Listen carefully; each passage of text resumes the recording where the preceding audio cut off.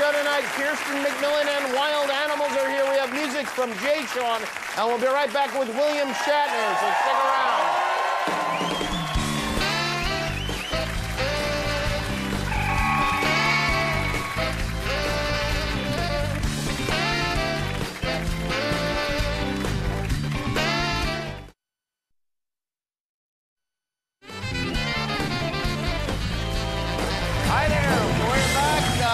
On the show tonight, a lovely woman who works with and handles animals in an aggressive but gentle way. Here tonight with an alligator, toucans, two-toed sloth, a miniature pot-bellied piglets, a reindeer, and I think a brontosaurus. Animal trainer Kirstin McMillan is here. And later on, this is from the UK. This is his new album, All or Nothing. Jay Sean from the Bud Light Golden Wing stage. And tomorrow night, Steven Seagal and Eddie Pepitone will join us. On Friday, Ray Romano, Kim Kardashian, and the Mighty Mighty Boss Tones, led by our announcer, Dickie Barrett, who's their lead singer. And this, by the way, is their brand new CD, Pinpoints and Gin Joints. It debuted at #1 on the ska core punk chart. So, that's right. Congratulations, Dickie. Thank you very much.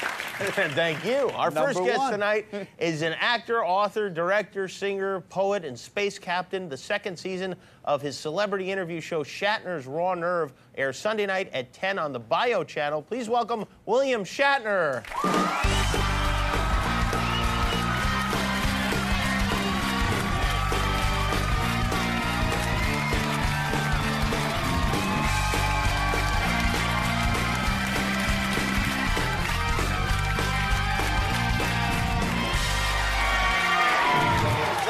It's great to see you. Well, it's great to see you. You know, performers have nerves coming on, nerves, and the animals that are coming on after me have nerves.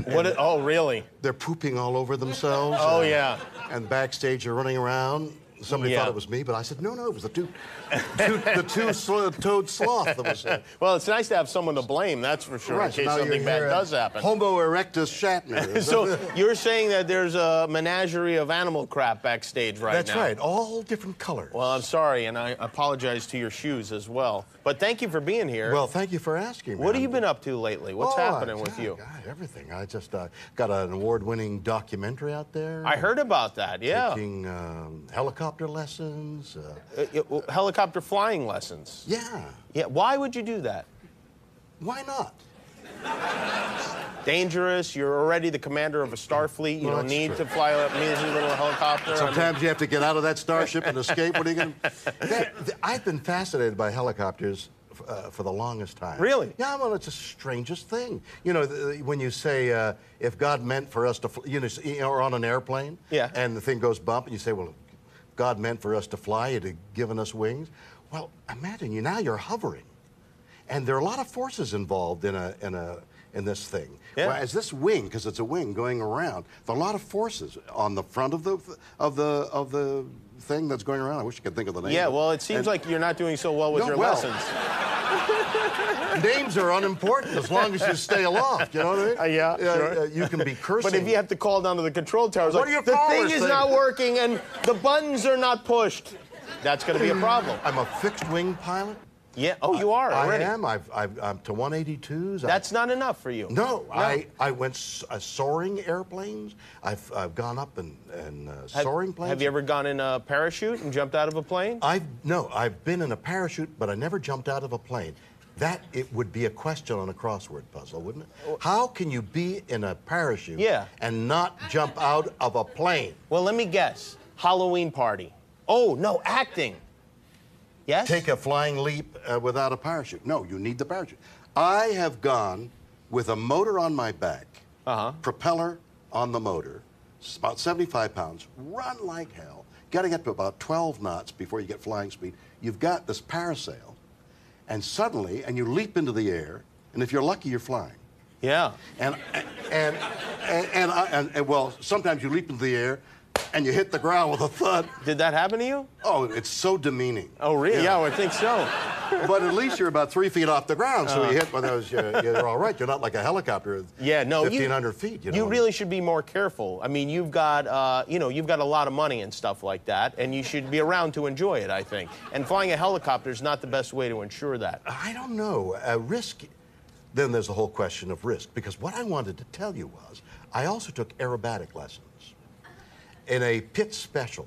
So I was in the air with a... Is this a plane?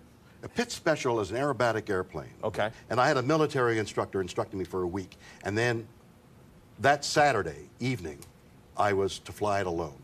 Oh. And I got in the plane, and the sun was just getting ready to set, and I took off, did all the maneuvers that I had been taught, the barrel rolls, the loops, and things like that. Those weren't difficult. The most difficult thing was to land. Because if you're in a tail dragger, as you come in for the landing on your final, you can see the runway like you would see a highway. Right. You're coming towards, everything is great.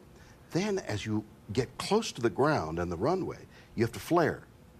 And now the nose is in the way of the runway. And the only way you can see the runway is looking over the side. Really? This is the truth. So you've got this joystick here, and you're looking, and when I came in for my landing, I could see it lined up, but when I leaned over to see if I was over it, didn't see it. So the guy had said, if that happens, do a go-around. So I went around, lined it up again. No, and now the sun is setting. It's going to get dark. I have one more shot at it, and I did it. I landed on the ground. You didn't die. I'm here to tell you that if you hold that joystick back, you don't ground it. It was fantastic. My mother told me not to touch that. The joystick? Yeah. Your mother was wrong. And by the way, was it your mother's mother and father or your father's mother and father? That delightful story you told me on your show. It was my mother's mother and father. My grandfather wore my grandmother's dentures after she died for about 20 years.